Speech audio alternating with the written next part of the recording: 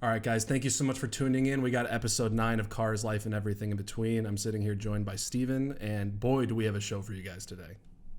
We sure do. So to start us off, I think we were going to talk a little bit about General Motors and some of their plans in the United States. I know this has been in the news a lot lately, but for some of our viewers that aren't as up to date on some of the automotive industry news, why don't you fill us in a little bit?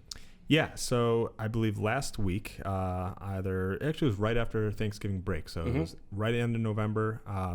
General Motors announced they were closing, I believe, 6 plants, correct? 5. 5. 5 in North America totals. That's between U.S. and Canada. Yes, so 5 in North America, closing 6 plants, and subsequently also ending production for 6 models of General Motors models. And 12,000 jobs are being laid off, 8,000 salary, and about approximately 4,000-ish hourly. And we're talking about 12,000 continental U.S. That doesn't even include those who are losing their jobs to our neighbors to the north in Canada. Correct. And also people losing their jobs through accessory businesses that are making parts for those plants and facilities. So overall, we're talking... And you're talking service and just upkeep on all the car. That's a whole nother market that usually doesn't get the attention that something as major as this would. Correct. So there are a lot of jobs that have been lost and that very likely in the next year or so will definitely be in jeopardy because of that. So it's kind of big news. The American automotive industry closing a lot of plants. And there's a lot of controversy right now since General Motors took bailout money in 2008 during the economic downfall of the crisis.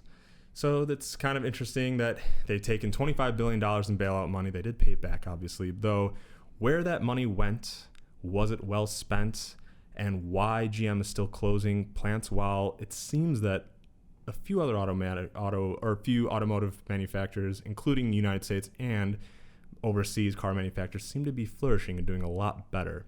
So we kind of are going to jump into what we think or what we see is like, what has GM done? Have they screwed up? What financial choices they made and how that'll impact the company in the long run. So just a major way is, trends that we've discussed previously on other episodes is how the automotive industry is shaping to look right now and towards the future versus how it looked 10, 15 years ago. We've discussed how sedans and passenger cars are taking a major cut in the United States. Ford has already announced that they're going to be canceling production of their passenger vehicles in the United States. And I think this is partly the reason why we can see General Motors struggling so much now is because if you look at the vehicles that we're seeing cut, we're talking what? The Chevy Cruze, the Malibu, the Volt, Impala. The Malibu's sticking around? I believe so. The Impala is still here. Okay. Malibu's still here. Impala. Okay. We're looking at the Volt, which is interesting because we're talking the second generation Volt, which was unveiled like 12 months ago. Mm-hmm. Cadillac CT6, Cadillac XTS, and the Buick LaCrosse, which is also a model, I think it was MY 2017 that was redone. So there's a lot of new models that they're nixing, taken out of the production line, that they've spent billions of dollars on the technology behind those vehicles. And it's just interesting that they're taking those out. And all of them are cars, or like they said, passenger vehicles. Your traditional car with a trunk and everything that you'd think of as a four-door sedans for the most part. Four-door sedans. Which for years was the car. That's what everybody wanted to make. That's what was popular and that's what sells. In 2018, not so much. It's all SUVs, crossovers, etc. That's what everybody wants. That's what my sister wants. That's what my mom recently got. My father drives an SUV now. It's just like everybody wants something a little bit bigger and higher off the road. And I can definitely understand where people come from that. There's a sense of security and safety being a little higher up than some of the other cars on the road with you. But GM is in a very precarious place right now in 2018. A lot of people are feeling some serious resentment towards them as a company, including some diehard General Motors fans that I see in different forums online or, albeit in comment sections on news articles. People are pissed off. And I think that GM is going to have to do some very tricky thinking on how to figure out what's their next step. How are they going to change their face for 2019 and 2020 and beyond, when right now they're being looked at as this company that is retracting from some of these government sanctions that were supposed to bolster the auto industry, but in fact it's looking like it's beginning to do the exact opposite of that. And by no means are the other automakers, exempt from some of these criticisms. I mean, Ford is not doing great right now. 2016 was the highest year of sales for automobiles in history, but Ford's stock recently just dipped to the first time where it was below where it was in the 2008 economic recession. That's sketchy. Yeah. And I mean, both of us alike, regardless of what we view on some of the business decisions and corporate decisions on behalf of these companies, we both want to see American car companies succeed because that is a lot of jobs and that affects the American economy in a very large way. And you mentioned, we want to see American companies do well. Though where I kind of argue is, what is an American company? And that's where we get into GM closing all their plants, and then we look at other companies like the Japanese, Honda, Toyota, Lexus, Acura, Hyundai, Korean manufacturers. Yet they have even some of the Germans. Even Germans, yeah. Mercedes, all the Mercedes and X5s are all built in Alabama. Every X-Class BMW is built right here in the United States. Same with all the Mercedes SUVs. So we, maybe not the G-Wagon, but basically, a lot of these other countries, the Asian market and from Europe, are building a lot of cars here, and they're doing really well, creating American jobs. And it seems that, a lot of the parts too, part manufacturing is either done in Japan, like for the Japanese cars, or they're all assembled here in the United States. Yet a lot of these American manufacturers are built in Mexico and China. And just to reiterate that, with the 2008 economic downfall, there was $3 billion put into the Chinese automotive industry from our taxpayer money. And into what industry, though? Are you talking about just in Chinese manufacturing? Manufacturing for parts, automotive. For okay. $3 billion from General Motors went into Chinese manufacturing for assembly of cars and assembly for parts, which would also come over to the United States and be built or assembled into the American assembled cars. Gotcha. So the last plant that General Motors opened in the United States was in 2006. And the most recent plants they opened were 6 of them in China, all built in 2008. Or 2012, sorry. 2012 was when they opened up to full production capacity. And what dogshit cars did GM build in that plant they built in, what was it, 2006 in the United States? It was the GMC Acadia, Traverse, and Buick Enclave. And let's just think about that for a second, because logically, based on what we said before, those cars should all be doing very well because those are SUV crossovers. But I don't know a single person that drives any of those cars. And going from that, I don't see those as desirable or competitive cars in today's market, even in the slightest bit. And they're the same car. Yeah. The Traverse, Enclave, and the GMC, what did I say? Acadia. Mm-hmm. They're literally the exact same car, which this has been a slightly different sheet metal. This has been some part of the argument for years about GM. This is why GM, canceled Oldsmobile, Saturn, Pontiac. They were literally all the exact same car, just rebranded differently. Literally the same car. Just their plastics might look different, sheet metal is a little different, but underneath, once you take off the plastics and then the dashboard, absolutely the exact same parts. This is why I would never buy an Escalade. And I would never buy one of those SUVs to begin with, but if I was going to spend $80,000 range on an American giant ass truck like that, if I had to do it, I would go with the Denali, because that is virtually like just as nice as the Escalade, having driven both of the brand new model year, and significantly cheaper. So yeah. I mean, it just kind of is just like a chink in the armor of GM a little bit, because I mean, what was in history kind of more of like swept under the rug, or is like, oh, those are the same cars at the end of the day, but now it's like so blatantly obvious with General Motors that it totally deflates, in my opinion, the value of some of their higher echelon cars from Cadillac, which is what we can see with cars like their flagship CT6 getting taken care of. Exactly. And so the CT6 came out in 2016. That was supposed to be like the car. They put a ton of money into that thing. That was going to be the car for the new face of Cadillac. Cadillac is hip again. We're appealing to wealthy younger people that want, a stylish big flagship sedan, that don't want to look to the likes of the Audi A8 or the S-Class or 5 Series or 7 Series from BMW. Yeah, and getting back to a lot of people don't know that a lot of those parts of that CT6 are manufactured in China. A huge amount of those parts. Yes, it was assembled in Detroit, Michigan, and then the second assembly plant for the Chinese car is in Zhengzhou, China. Oh, Zhengzhou. Zhengzhou. So that's the second place. And then a lot of people don't realize too is like the new Buick Encore. It's a heavily advertised crossover vehicle. Crossovers are massive now today on the market. I've seen so many commercials for the Encore, like such painful commercials. Just painful commercials of some like beautiful woman driving it, like just passing traffic and other like crossovers. Like, wait, that's a Buick? Yeah, huh? That's a Buick, huh? What people don't realize is that car is the only assembly and manufacturing of that car is in China. China. That car is shipped over here. That's one of the few cars that is Chinese made. So getting back to, all the most recent plants that General Motors built is in 2012. All 6 of them are in China. It's just, what is an American manufacturer? And this obviously could go into Ford and makes a lot of stuff in Mexico. You can look at Apple phones, my laptops, everything we use, a lot of it is made in China.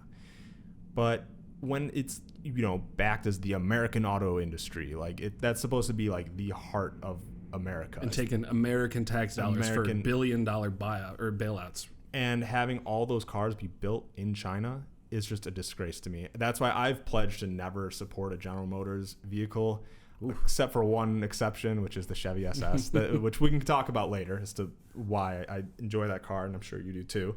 But I don't want to support American. Ford is the only company. Ford and Tesla are the only 2 American car automotive companies that didn't take bailouts money in 2008. Ford didn't take bailout money? Nope.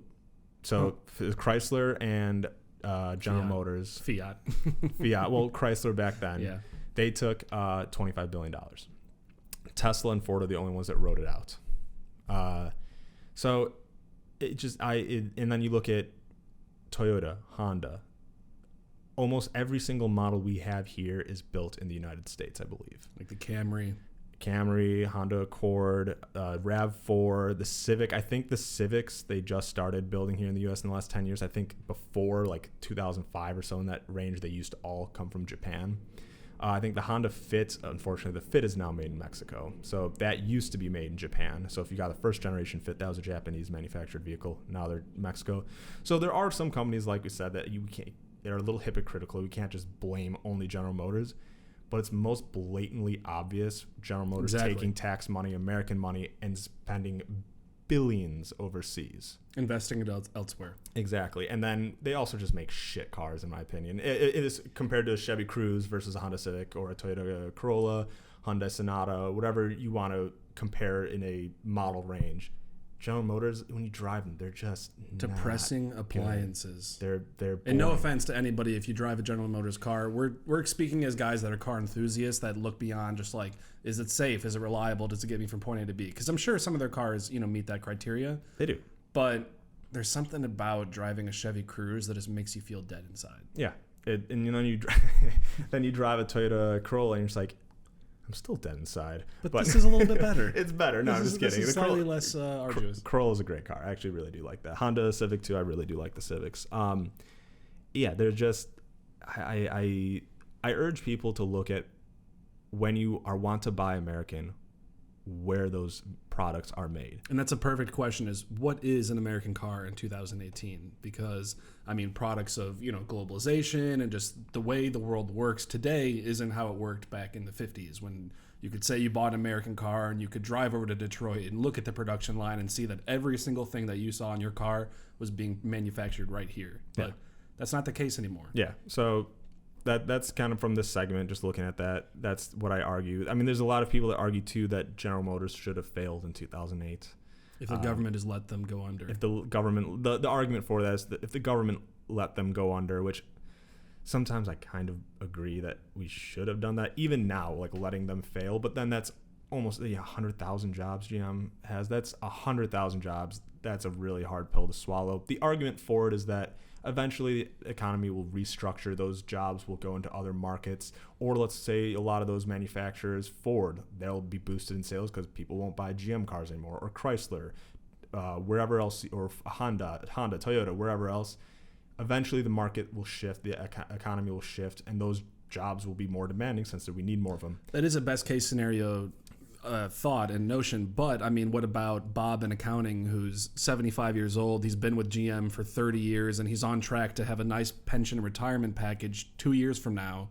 If his job gets cut, then what is Bob going to do? He's got to struggle to go try to get hired at a different manufacturer, or he's got to completely refigure out his entire retirement structure. So I think about people like that. Well, Bob just shouldn't have been Bob. It's pretty simple. You don't want to be Bob. That's as simple as it is. But no, I agree. Yes, there are. It's a hard pill to swallow to say let him fail. Eventually, over time, industries shift. That's how stuff works. So part of me, let him fail. Or like this is the time where GM has to go, okay, what are we doing wrong? Why aren't our cars selling? And it's weird because right now GM does make some extremely well represented vehicles in amongst the industry. I mean, look at the Camaro ZL1 and the Corvette ZR1. Those cars garner pretty much universal praise from everyone in the industry. But you're not going to be able to keep a multi-billion-dollar corporation afloat on the backs of two very focused sports cars that a very small segment of the population wants. But they need to figure out how can we generate that degree of excitement and passion. Because when you drive one of those cars, I mean, you can sense that this isn't a typical GM Econo piece of crap. I mean, there's actual thought and care and effort that went into that car and real engineering. But they just need to figure out a way to transfer some of that passion towards their other cars rather than just like slapping a racing stripe on a Chevy Aveo and calling it, the Aveo RS model or yeah, something. Exactly. Yeah, I don't know. This is their time that they need to restructure. I just hope we don't see more cars coming out of China because obviously all these plants closed in North America and China. You don't hear anything about their Mexico plants or China plants. What are they doing getting rid of the Chevy Volt 2 though? That's actually something that's very perplexing to me because GM actually showed a little bit of forward-thinking mentality when they first unveiled that car. That car came out years and years ago, and that was one of the first production electric cars from any major manufacturer. And that was kind of a thing that was like, all right, well, we can see GM doing it. They're going to step up. Maybe they'll develop a model line of electric cars. We'll see it across a platform of sedans and crossover SUVs and maybe even to a pickup someday. Who knows? And now they're pulling back on that, which seems so counterproductive to me because that seems to be the trend that the entire industry is shifting towards. And that was $1 billion decision to put R&D into that, and all the hybrid drivetrain for that's made in China. One of the China plants makes all the hybrid drivetrains for the new Chevy Volts, and presume that the CT6 in China is also there's a hybrid model. So I don't know. I don't know I just wish I could be sitting in that boardroom and they're like, and we'll get rid of the Volt 2 because it doesn't have great numbers. Just seems like, why wouldn't they put more effort into maybe saving the platform? Do you think they're going to reintroduce an electric car in the near future? They have to. They have to. There's no way they're not going to. So are they just admitting that the Volt was a failure? Maybe they're just going to deem that as a test bed for future product development or something? Yeah, they have to because there's no way. The Prius is such a big market. I mean, the Prius itself is its like own But brand. we have to remember that's a separate car altogether because, well, actually, no, the Volt was a plug-in hybrid, right? It wasn't a true electric car? It was a plug-in hybrid, yeah. Okay, so maybe they need to make the shift from getting away from trying to compete with your Priuses and your other, Honda hybrids and get into the full electric game and see if they can take on. They're going to. They have to. There's no other way, especially with Tesla made such a big hoopla in the industry. Yeah, they're going to.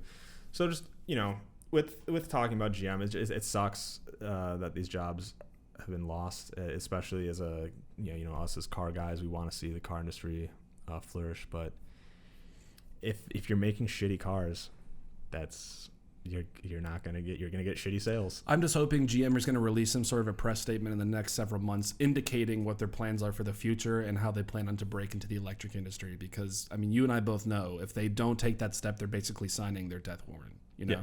And I mean, for example, Volkswagen just made the announcement. Volkswagen is now investing 11 billion euros in electric vehicles through 2023, and they intend to produce 15 million all-electric cars by that time.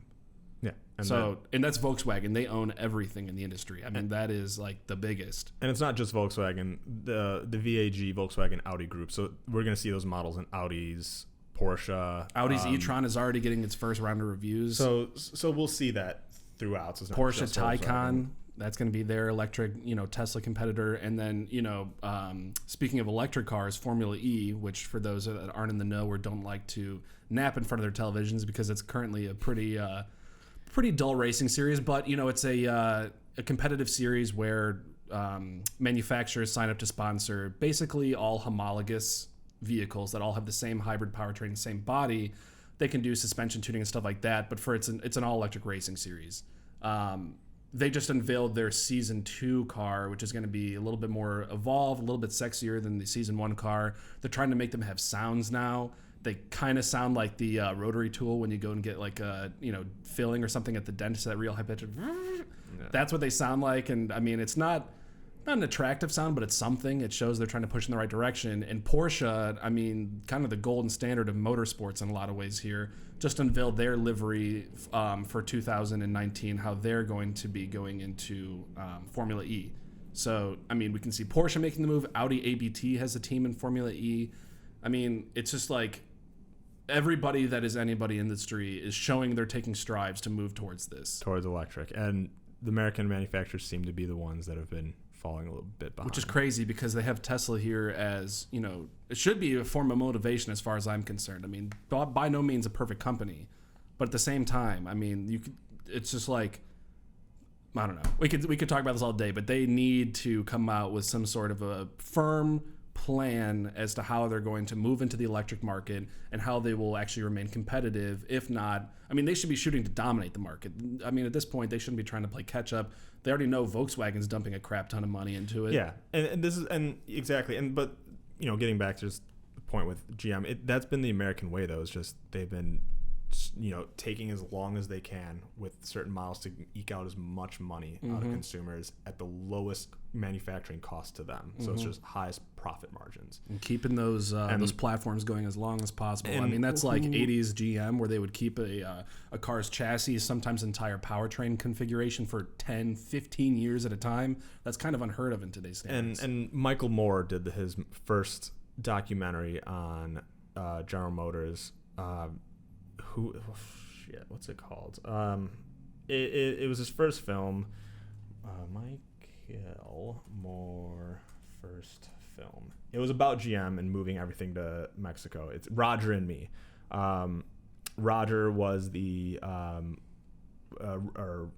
Roger was, I believe, the CEO or something at the time of General Motors. That's why it's called Roger and Me.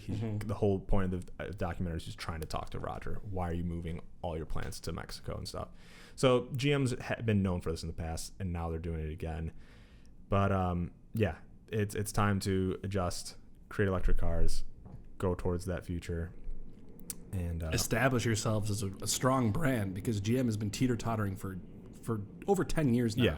I mean, it's been like one little brand gets dissolved here, we get rid of Pontiac here, and all the while they're not benefiting from these cuts. I don't feel like, or if they are, it's just to keep the doors open or and something. Keep the stock price higher, and make right? Artificially inflate their own values. That's GM. We'll close the door on that for now because we could discuss them for a while. GM, and then they also did it the day after Thanksgiving, like on Black Friday. They did that. It was it the day? Yeah, no, it was Monday. It was the articles came out on the 26th. Yeah, so it just like it's really shitty. So people get to go back to work, but oh wait, here's a pink slip. Good luck. You get paid your salary out for the rest of the year whenever you started, and it was disgusting. But yep, that was GM.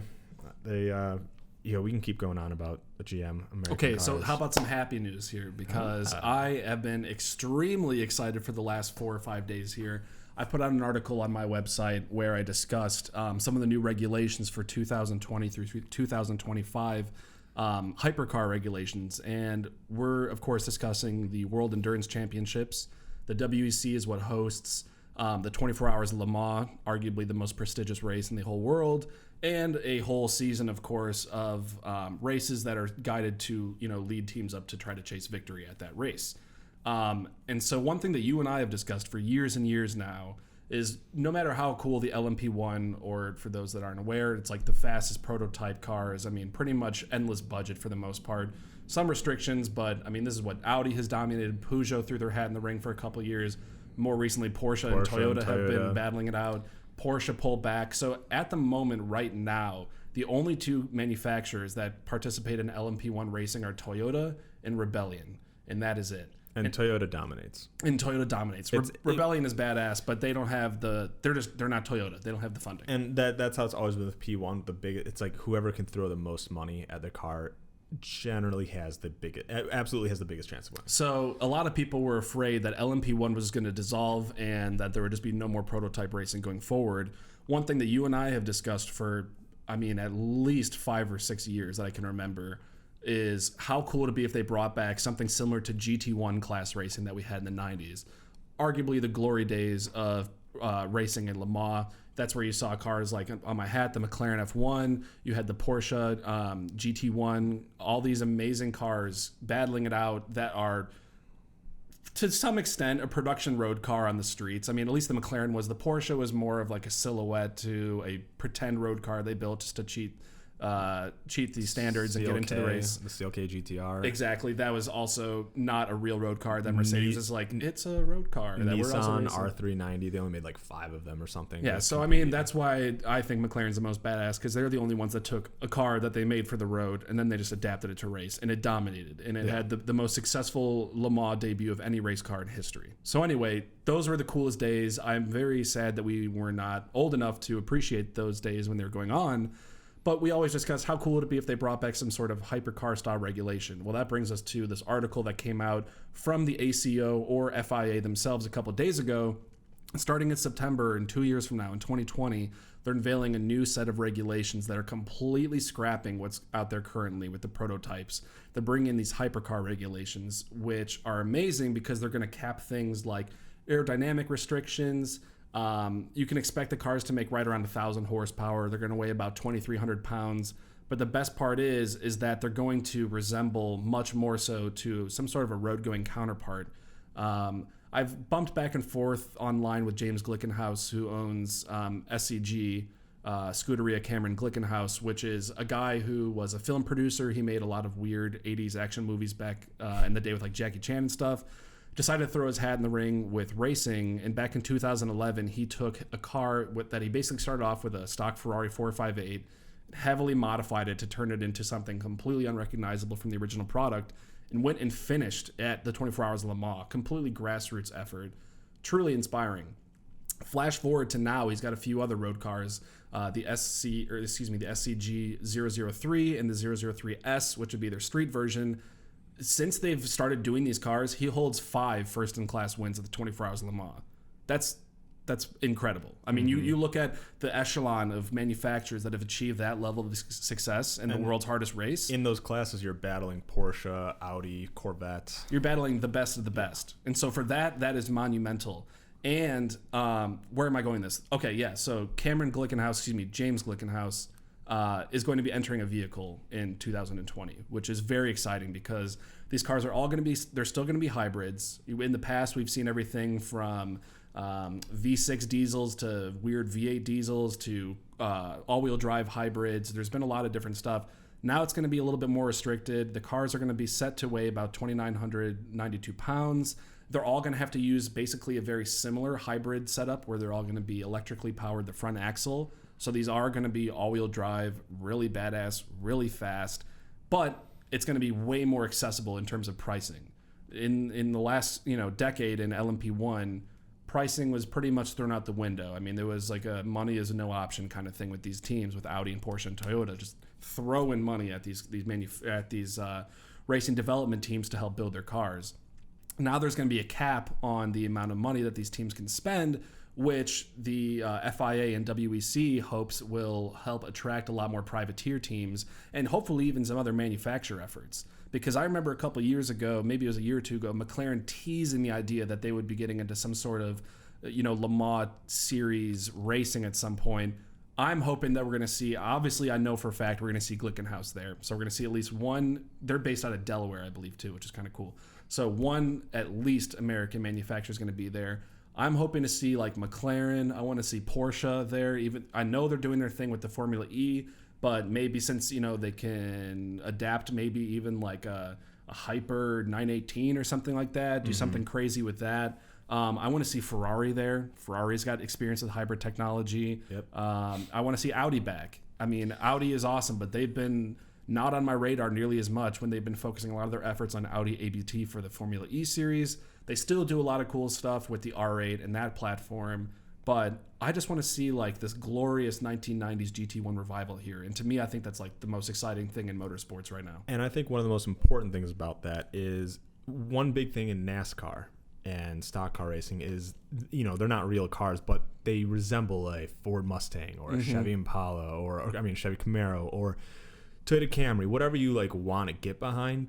People go, yeah, like I love Mustangs and I love this driver, Jimmy Stewart. I don't know if he actually drives for Ford, but I have no clue about NASCAR. But seeing, let's say your favorite brand as a kid was Ferrari, and you've always liked Ferrari. Once you see those Ferraris out in the field, you kind of want to root for them more. That's with me with MotoGP, with motorcycle racing. MotoGP bikes like Ducati, Yamaha, and Honda, they're all there, but they don't look anything like the street. They're 100% nothing is the same as a street bike. Whereas in World Superbike, you see it's a Yamaha R1 or a Ducati 1199, or you see that and you go, yes, like I own that Yamaha R1. I kind of want to see my R1 win. I want that to be the fastest. Going to Le Mans. Well, what about NASCAR? So you're bringing up NASCAR and those Mustangs. We're talking silhouette cars here, There's right? silhouette, but at least it gives you a chance to like get behind those brands a little more. Like But now with WEC and stuff, going with Ferrari or Porsche, if your favorite brand is Porsche, but now it used to be Rebellion and Toyota in there, now Porsche's back, you're going to be more engaged in that series. Exactly. Same thing with McLaren. You love McLaren. So now if McLaren comes back, you're going to be engaged a lot more. It brings people a lot more, brings a wider audience back into the sport. And hopefully that, retains a higher audience, more advertising, the series will flourish. So overall, I want to see more cars, more packed field, and then when you go ahead. And I was just saying, then when you see that car's homologated rules on the street or something, you might see that P1 or that car on the street. You go, yeah, like I get behind that. I love that as a street car. I love it as a race car. Like I love it all around. It just brings everyone in much more engagement into the sport. Yeah, and I mean, just having a tighter packed field. As a fan of the sport, I mean, I still watched the previous 24-hour Le Mans this year, but it's a little weird when, like, I'd always focus on LMP1 and top tier racing because I was really into Audi. But now when you have two manufacturers, I mean, it was Audi and Peugeot dueling it out. It's just not as exciting when there's only two manufacturers, especially in a race like the 24-hour Le Mans where reliability comes into effect. I mean, a lot of times you have cars dropping out halfway through the race because the transmission overheated or, something broke on the engine or a turbo blew or something like that. And that's usually where you see the top tier manufacturers have better reliability because more money, more research, R&D, time, whatever else you want to call it. That's why they usually did the best. Right. And the problem with that, though, is when one of those manufacturers drop out, then you have Audi racing themselves for 12 hours. Now it's just like, all right, we got to try to finish the race. Exactly. I want to see a field packed with like at least 8 different manufacturers, whether they be privateer teams or big money manufacturers like Porsche. I just want to see a packed field and just like really good racing. I think this can really generate some awesome stuff here. And this gets to the point of the second or the third kind of second thing going along with that is the American Le Mans Series, or what's it called now? The IMSA. With DPI, LMP2, you have the metrics on that. LMP2 is being nixed? Yeah, so LMP2 is basically a global spec class that would also compete with the WEC, one tier right below LMP1, which are those prototype cars we were discussing. So, which LMP2s are still prototype cars. Just basically think of they're crazy looking cars with wings, and I'll put up some pictures. LMP1, LMP2 look very similar, just LMP1 had an extra 300 horsepower on it. Yeah, and more aero and lighter weight and just way faster. And then there used to be, GT1, GT2, and GT3. So they would all be very similar cars. Like a GT1 would have Corvettes and Porsche and everything. And then GT2 would also have Porsches, but they just have maybe a little smaller wings. They don't have those aero, and they're 50 horsepower down. A GT3 Club Sport versus a GT3 RSR. And so there's lots. There used to be many different classes. Now they've shrunk a little bit. But you were saying with so currently in IMSA, there's the current top tier prototype class is not LMP1 because IMSA is its own organization that exists exclusively from FIA WEC. So the current top tier prototypes are referred to as DPI. We have several manufacturers that currently compete in that. Obviously, the most dominant one at the moment is going to be Cadillac General Motors. Yeah. Then they're also competing with Acura DPI. Nissan has a really cool looking GTR DPI that sometimes does pretty good, not a terribly uncompetitive car. And then also, I'm missing one here. I think Orica has a DPI car. So I don't follow that series as much, so I don't know. So there was a thing where they basically blended LMP2 and these DPI cars for the last season just to kind of make it one thing, because it was like, to the casual fan, you see a bunch of wacky looking extreme cars on the track together, and it's hard to differentiate them. So they just kind of put them all in one group. Now they're getting ready to split the two, and they're possibly looking at just ditching the LMP2 altogether because of the current global specifications for that class. They just were like not even remotely competitive. I mean, they just like didn't have a chance at all. I mean, that isn't to say they never won, because LMP2 cars won 3 races in the 2018 season. However, that was due mostly to error or a crash or an accident on behalf of one of the other DPI cars. Some people are afraid, though, that if they open up DPI to the whole field and just let anybody come in and select them, that everyone's just going to gravitate towards these Cadillacs, which have proven to be very, very competitive cars. So it's interesting to see where this is going to go. I mean, I think you and I were discussing an idea that we had, because the way the racing structure is currently set up, you have, your top tier prototypes up here, your DPI and LMP2 cars. Then below that, you have a class called GTLM, which is going to have a number of different cars like the Ford GT, Porsche, the Corvettes, the BMW M8s, those cars. And then you have a class below that, which is where it gets confusing to a lot of people, GT Daytona. GT, okay. And that's where you have your cars like the Audi R8, the Lexus, Lexus whatever car they have racing. RCF. Yeah, the RCF GT.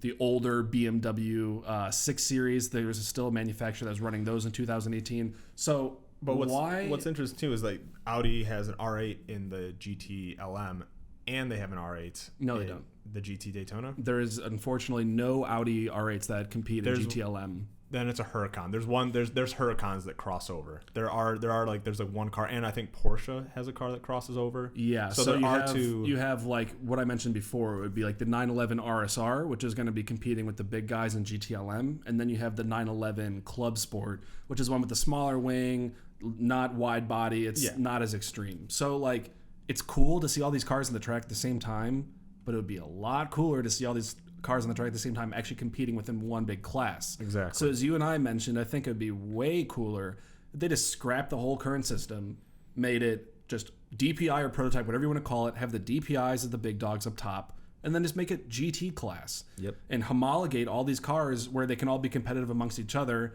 Sorry, you might have to ditch the the less competitive Porsche 911 Club Sport, keep it the RSR, or vice versa, whichever they go with, how regulations work.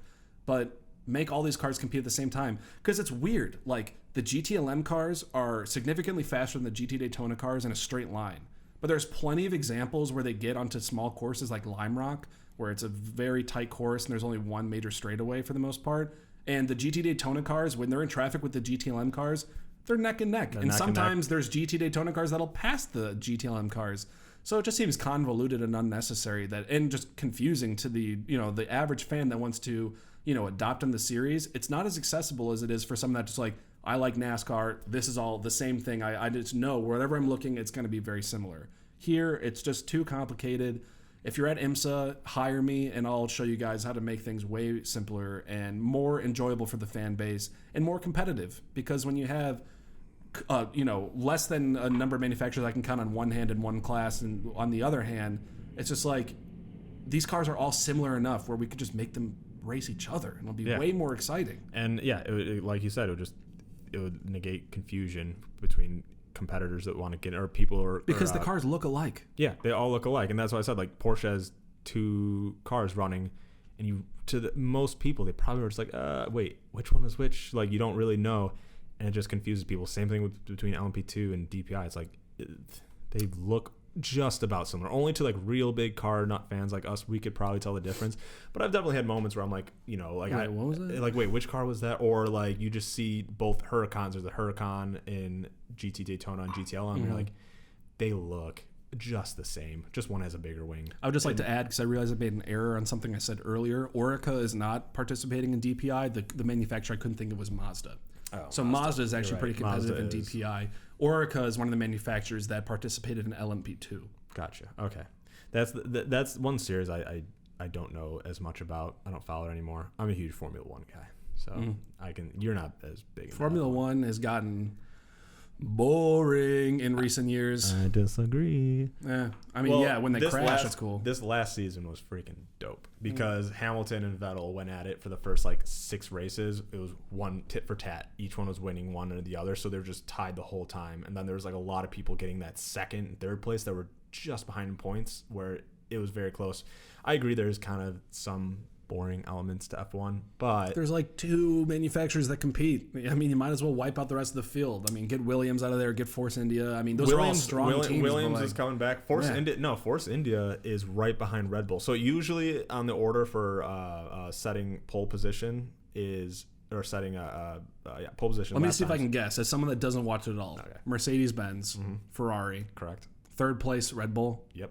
And then Force India, Williams, and then we'll go ahead and go down to here. McLaren's like right about here at the bottom every somewhere. Time. Renault, Haas F1, which Haas is an American team. Ish. I applied to you guys to get a job and you didn't take me. I'm pissed.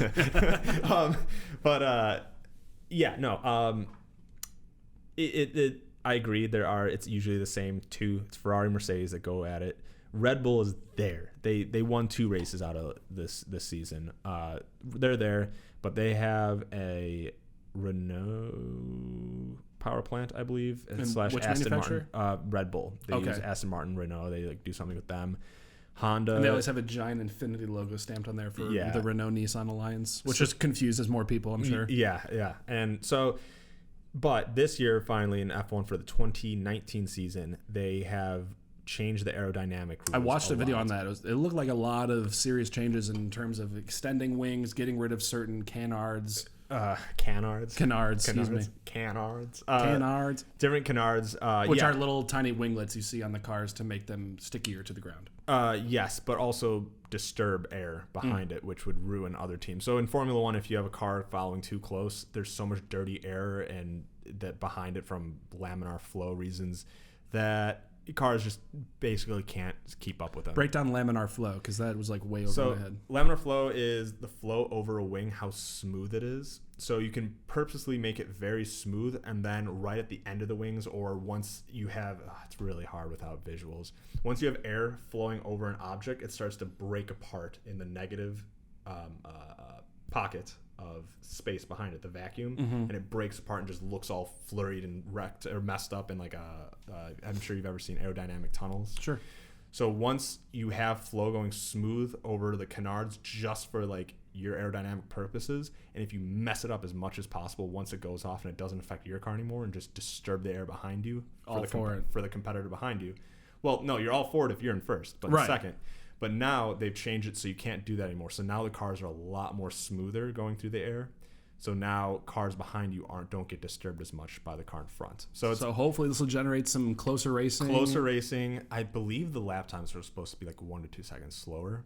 Oh, yeah. Sorry to completely just flip to a complete irrelevant subject. 10 seconds slower for WEC. More so. We're actually looking at about, I think I wrote in my article, we're looking at about 17 seconds slower. Or no, you're right. You're totally right. 10 seconds slower than the previous best lap times of the LMP1 cars. So, I mean, despite the cars getting slower, it's going to be cooler. I'm all for it. Sorry to completely just flip the subject. Go back to Formula One. No, it's the same thing. They're going to be slower cars, but more competitive, more overtaking, more closer racing. Hopefully that will bring other cars like Renault, McLaren, Haas, whoever else up into the field more and have their times be closer to the people who are always setting pole position, like Mercedes, Ferrari, and Red Bull. So hopefully that does change something. I have like the best idea right here on how to just save Formula One and make everybody want to watch it. Do you want to know? I'll fix it really quickly. Go for it. Okay. Ditch the current powertrain. Nobody likes these small little tiny turbo engines. They sound like ass. They're just not exciting. There's no emotion to it. There's a reason that when McLaren did a video with Fernando Alonso and a NASCAR driver a couple weeks ago, they chose an old McLaren Formula One car that had a V10 engine in it. And it sounded incredible. And they used that and they painted their current 2018 livery over this old car. And everyone was like, oh, wow, like a McLaren that actually like sounds good for once. And it's so obvious to me, screw the formula efficiency, allow them to refuel mid-race again. It'll make things cooler. And just make the cars sound better. They sound terrible. It also, the reason that you do use older cars too, is they don't want to bring out their newest tech into those realms where, you know, they're doing little test drives and having a NASCAR guy drive it, or bring it to a series where they just show off cars for charity. I don't think it had to do with that. I thought it had to do with violating some sort of rule. It's about violating rule. Research and development by testing a current. That, and just expense wise, they have all those old cars sitting around. It does have to do with the rule too with racing, that they can't bring those cars. I'm sure also they 100% realize that, oh, this car sounds awesome. But I remember as a kid, or like high school, like or I remember in like 2011, 2012, so like right when I was in college, watching similar videos where a NASCAR or like guy drives F1 or something. They were using cars from like 2006, 2007. Cool. So they were still always using like cars. The older the better. Yeah. They sound like ass these days. So yeah, but hopefully racing gets more exciting for the United States and the world. More competition, broader reach in the audience, and make it easier to understand for people who are new to the sport. So, yeah. Well, my boys in McLaren that have done so poorly in recent years in Formula One, just breaking my heart. But thankfully, they've been absolutely slaughtering it in the road car game. They've been giving Ferrari a lot to worry about ever since 2011 when they first dropped the 12C. One thing they just unveiled yesterday was the new McLaren 720S Spider. I'm a little pissed off at McLaren. I don't know if this is a choice from Robert Melville, who's their chief designer right now, or whoever's in charge of these press releases, but they've had a really crappy track record in the recent releases they've done with choosing very odd colors and very poor lighting to unveil cars. We saw it with the McLaren Senna, we saw it with the McLaren BP23 Speedtail, and now it's the 720S. They chose this, I mean, I'm sure you can put it up on the screen. They chose this really weird teal color to show the car off in. And it looks like something from a 1990s Hot Wheels car. And part of me kind of likes it for like the vaporwave like essence of it. But at the same time, it really is not effective at showing off the lines of the car. They messed up again, and they shot all the pictures inside for the press photos. So what you're going to see is people taking these images from McLaren, and they're going to render more desirable colors over it. And that shouldn't be what people have to do. You should be able to look at the pictures from the manufacturer and be like, wow, that's awesome. This is great. But for the last several cars, you'll see on Motor Trend, and someone will release, okay, well, here's so-and-so who, painted the car proper color and superimposed it outside to get a better look at what it looks like. And also those are colors that just weird McLaren shows. No one's going to buy it with those colors. Except for like that Michael Fuchs guy who lives in Florida. Michael Fuchs? Well, he's this extremely rich guy, and he had the very first 720S in the United States. He had the first Bentayga. He's this Instagram wealthy old guy who's like a mattress mogul. And he literally made it. That's what his Instagram says, like mattress mogul. And he had the first 720S in the United States, and he painted it like fluorescent pink. And he painted his new Rolls Royce Dawn fluorescent pink. And I'm like, okay, so like he's gonna buy a car in some wacky ass color like that. He painted his McLaren Senna some crazy green, and they named it Fucks Green from McLaren. I'm not saying the swear word, by the way. That's legitimately this guy's last name.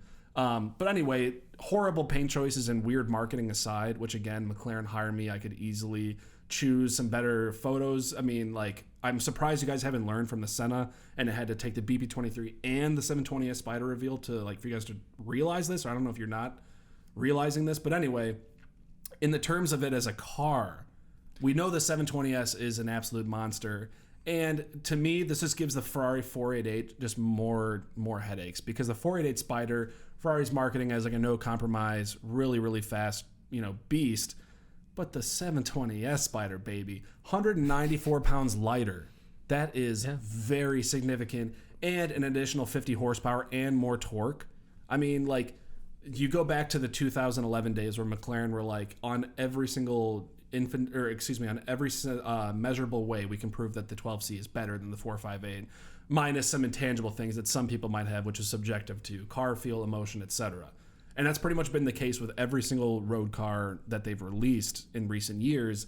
And this thing, I mean 200 pounds lighter and 50 more horsepower, that is a really big deal. Yeah. But then there's the 488 Pista out now, and then eventually they're going to drop the,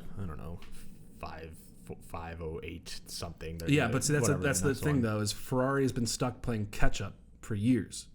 But it doesn't matter because it's Ferrari. True, but I mean, just in terms of like automotive excellence, it kind of shows that a company like McLaren, which in the grand scheme of things, Ferrari is one of the biggest brands in the whole world. I mean, not just in automotive, but it's just as a conglomerate. They're one of the biggest brands in the entire world. McLaren, by comparison, is infinitesimally small. They are nothing compared to Ferrari in terms of, overall budget and manpower, etc.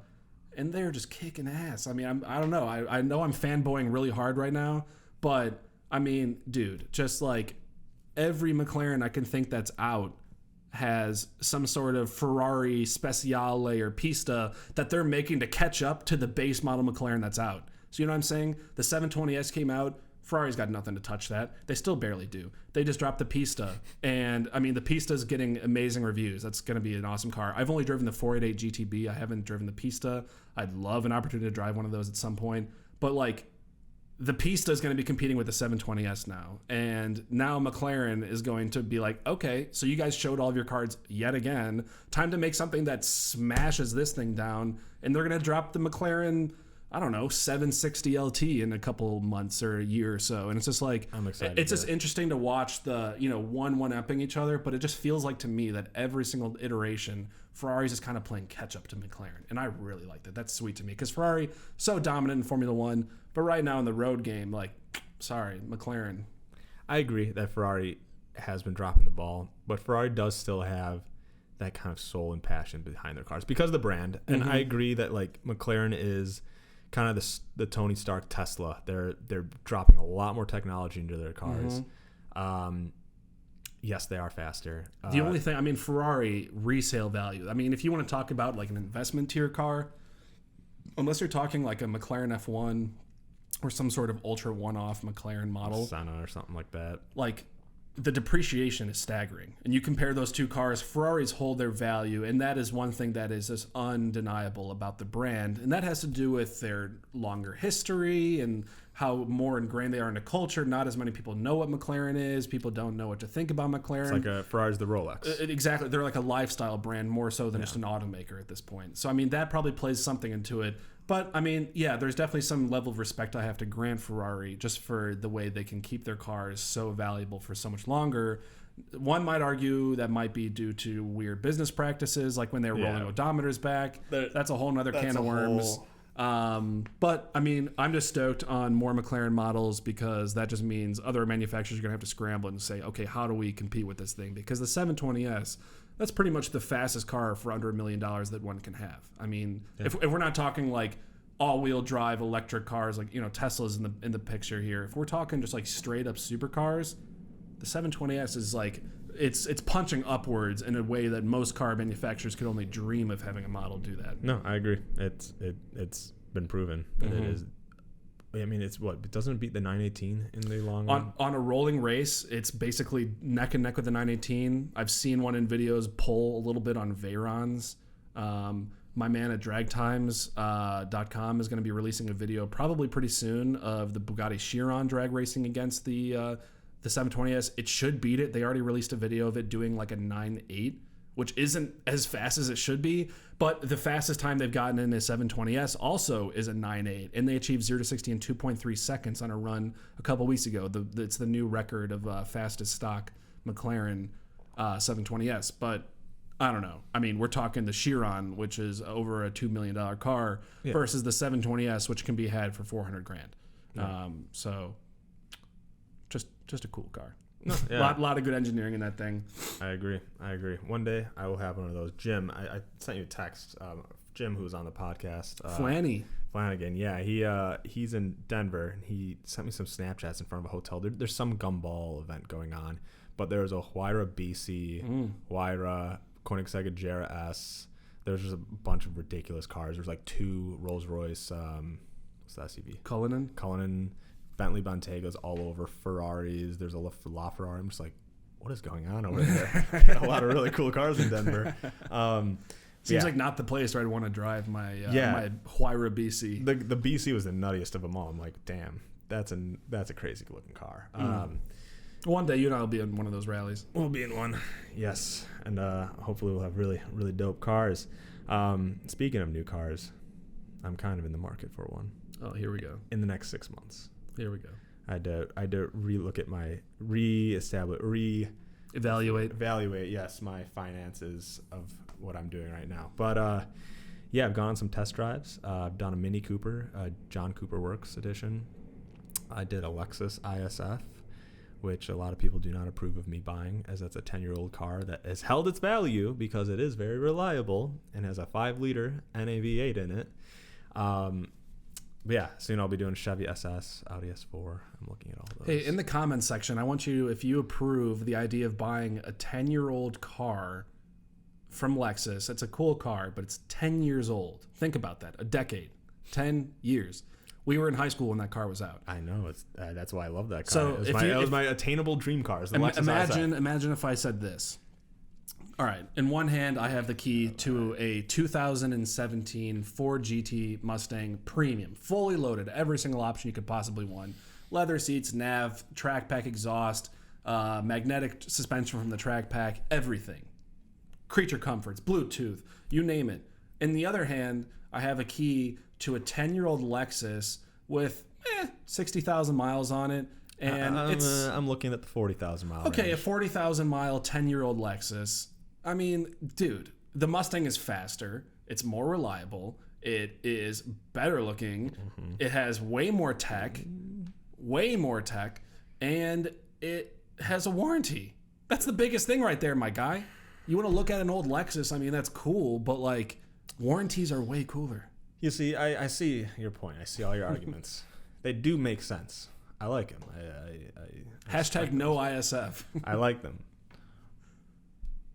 But the Lexus ISF was my dream car when I was in high school, which was, that's weird to say that was like 10 years ago. So buy one when we're like 40, and then you can pick one up for $5,000 and be like, oh, I liked this car when I was younger.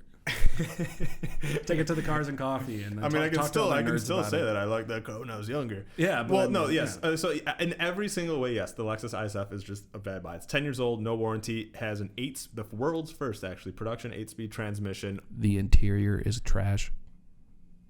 Not entirely. It's aged a little. It's aged. There's nothing wrong with aged anything. When you're spending the money, though, my guy. Okay. Yes. For 20. Because for those who 26 to $30,000. 26 is unrealistic. Every good one that we've seen out there has been $30,000 or more. That's too much for the car. I mean, if you're talking ISF and you want me to actually get on board with that, the thing's got to be $22,000 or cheaper. But the money, I mean, those are all 100,000 mile ones, I know, which is insane that they hold their value. Look at the equivalent 08 E92 M3 4-door or coupe. Those that are $22,000. Look at those. Yeah, because there's a million of those. There's a million of those. They have 80,000 miles, and they're horrendously unreliable compared to the Lexus. Right. I mean, the Lexus is cool because it has the rarity thing going in. I mean, how many did they import to the U.S.? A couple thousand of them? So Toyota does not release any of their numbers, not even for Lexus or Toyota. Like, no one knows how many Supras, like 90 Supras. No one knows how many Toyotas are in the U.S. But I know AMG, I guess, released their metrics for the C63. It's anywhere from $3,500 to $4,000 a year. It's estimated, BMW doesn't release them either, but it's estimated that BMW is about the same, about $4,000 a year of the M3. Lexus was about approximately $1,000 a year, so it was a quarter of the amount between the other Germans, which is what Lexus ISF competes with. So there's maybe it went from 08, model year 08 to 2012, so 4 years. So it's approximately probably 5,000 or so in the United States. I mean, that's a very low number, and that's cool, but it's not $30,000 cool for a 10-year-old. But like, so that's why you're going to go out and you're going to test the next best thing if you want a 4-door naturally aspirated V8 car. Well, V8 would be. We're talking V8. I'm talking. Go look at a Chevy SS because you can pay the same money, but you can get a car that's like 8 years newer. Yes, and it was also yes. It was also made in Australia too, which is kind of interesting. That's dope. You got Holden DNA in that bad boy. 6-speed manual, which I'd be getting the automatic just because the manuals are $5,000 to $7,000 more. Equivalent like SS with 30,000 miles, 2014 would be $30,000. 2015, which the manual came out with, same mile, like 30,000 miles would be like 37,000. There's a solid 6 to That's a big difference. Which for me, I'm like, I know manual's fun. I've driven manual. I know how to drive them. I get it. But for $7,000, I'm gonna go with an automatic. The SS, man, I gotta admit, I'm pretty impressed by that car. Last summer, I had a professional race driver take me around. I'd sat shotgun in an automatic Chevy SS, and we went on the Autobahn Country Club down in Joliet, Illinois. And that thing can rip, dude. Like, I mean, I've driven cars, manual cars with LS3s, and then I know what the LS3 is. I know how fast they are. But just like something about being in a big 4-door car like that can just bite into corners. And I mean, like, I was literally having to brace both of my feet in the wheel well, and I was grabbing on the oh crap handle up on top. And I was trying not to act like I was like a little sketched out because this guy was taking corners so much faster than I was 10 minutes later in a Lamborghini.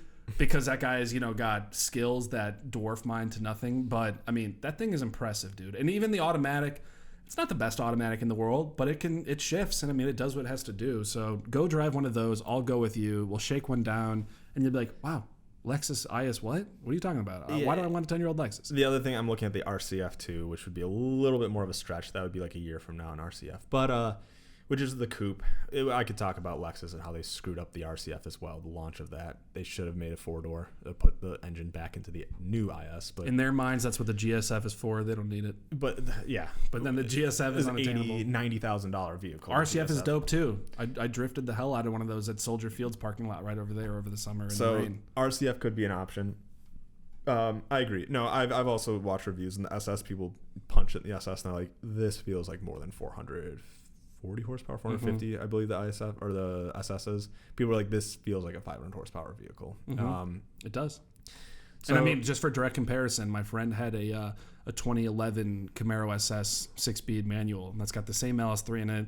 From that factory, I believe that one was rated at like right around 420 horsepower. Maybe it was like 413, something like that, but a little bit more torque. Big torquey LS motors. They're very torque happy, not as much high horsepower. But that thing ripped, and that thing shredded tires. And so, like, a little extra power bump on that with a newer transmission. I mean, come on. And then the last vehicle I'm looking at is like a 2015 out of lease CPO'd Audi S4. Personally, I would take that over all the above, but I mean, no, I gotta drive one since I know the S4, the Audi S moniker. Obviously, there's a reason that they have such a big high sales with those and the name behind it. And just the B8 and 8.5, those 3-liter supercharged motors, love making power. They accept modifications super easily. I know you're not a big modified guy like me because you don't like going through 2 motors and 2 transmissions. No, I don't want to do that. But it's very easy on that car to do a pulley swap, an upper and lower pulley, and an intake and exhaust. You're spending like a fraction of what I spent to make my car fast, and you're gaining like 120 horsepower because the car is already making like 17 PSI boost from the factory. You ramp that up a little bit. I mean, that thing, those are not slouches by any means from the factory. And then modified, they just take power. Like, you can make power on that car way easier than you could on a ISF or an SS. The only thing I worry about is Audi, Germans in general.